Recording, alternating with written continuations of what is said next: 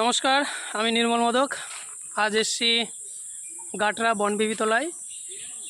এখানে আসার একটাই কারণ, এখানে একটা বটগাছ থেকে প্রচুর বটগাছের সৃষ্টি হয়েছে। আর প্রায় এরিয়াটা মোটামুটি 10 থেকে 12 বিঘা হবে এবং প্রত্যেক গাছের সঙ্গে লিঙ্ক রয়েছে। অর্থাৎ একটা গাছের গোড়া তার ডাল বা ঝুড়ি গিয়ে আর একটা গাছের সঙ্গে মিশে এইভাবে তৈরি হয়েছে।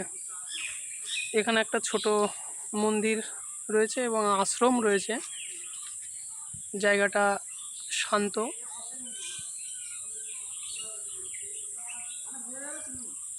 দেখো, পুরো ফাঁকা,